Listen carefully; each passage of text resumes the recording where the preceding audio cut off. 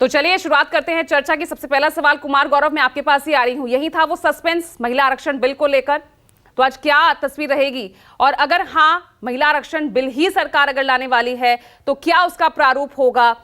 क्या 2010 में जब कांग्रेस के टाइम पर पेश किया गया राज्यसभा में हूबहू उसी प्रारूप के साथ ही आने वाला है या उसमें कुछ बदलाव देखने को मिलेंगे?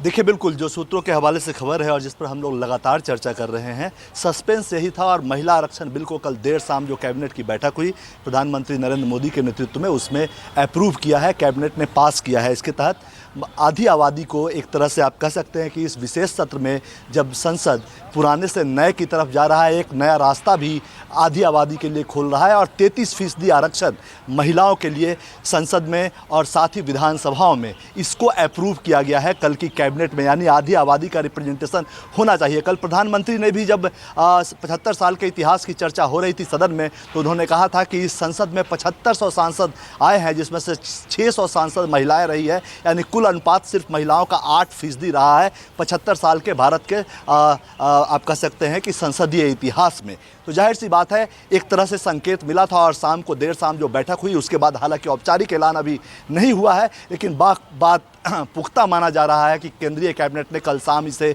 मंजूरी दे दी है। इसके प्रारूप की अगर बात करें तो ये एक नया बिल है, ना ही सोनिया गांधी जो 2010 में राज्यसभा से जिस बिल को पास कराई थी वो बिल है, ना ही HD देवगौड़ा जो 1996 में लेकर आए थे वो बिल है, ना ही 1999 के बाद से अटल जी 2-3 बार जो प्रयास किया था उन्होंने, ना ही वो बिल है। ये बिल्कुल एक नया बिल है। और जो 33% आरक्षण है, आरक्षण विदिन आरक्षण की जो बात होती है कि आरक्षण के अंदर आरक्षण, उसमें भी SC ST जो 15% और 12% की दर होती है वो इसमें किया गया है। यानी कि 33% आरक्षण में से 15% और 12% SC ST महिलाओं को आरक्षण मिलेगा।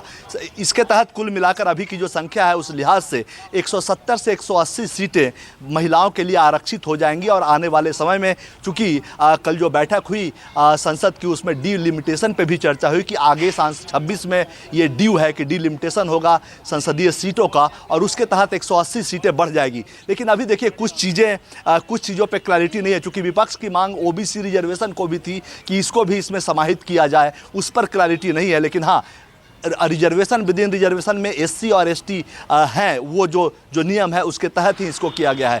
बाकी बुधवार को, आज चूंकि संसद की शिफ्टिंग का काम है, 1:15 बजे से नए संसद भवन में लोकसभा का कामकाज शुरू होगा और 2:15 बजे से राज्यसभा का कामकाज शुरू होगा। उससे पहले सांसदों का फोटो सेशन हो रहा है, उसके बाद तमाम नेताओं की स्पीच होंगे और 12:30 से 1:15 के 1 बजे के बीच में प्रधानमंत्री लोकसभा के सांसदों के साथ संविधान की कॉपी हाथ में लेकर नए संसद भवन में शिफ्ट करेंगे। और कल का वो दिन होगा जब जो सोर्स बता रहे हैं उसके मुताबिक कल के दिन लोकसभा में इसे या राज्यसभा में इसे लाया जा सकता है महिला रिजर्वेशन बिल को। और उसके बाद आगे जो तमाम भाषण और जो चर्चा होती है वो चीज़ें होंगी। लेकिन ये मानकर चलिए कि इस सत्र में, चूंकि एक ऐतिहासिक सत्र बुलाया गया है, प्रधानमंत्री ने कल इसे कहा कि छोटा सत्र है लेकिन ऐतिहासिक सत्र होगा, और इसी लिहाज से ये ऐतिहासिक होगा कि संसदीय इतिहास में 75 साल बीत जाने के बाद जो आधी आबादी की आवाज़ थी, जो लगभग 1996 में आज से 27 साल पहले उठनी शुरू हुई थी,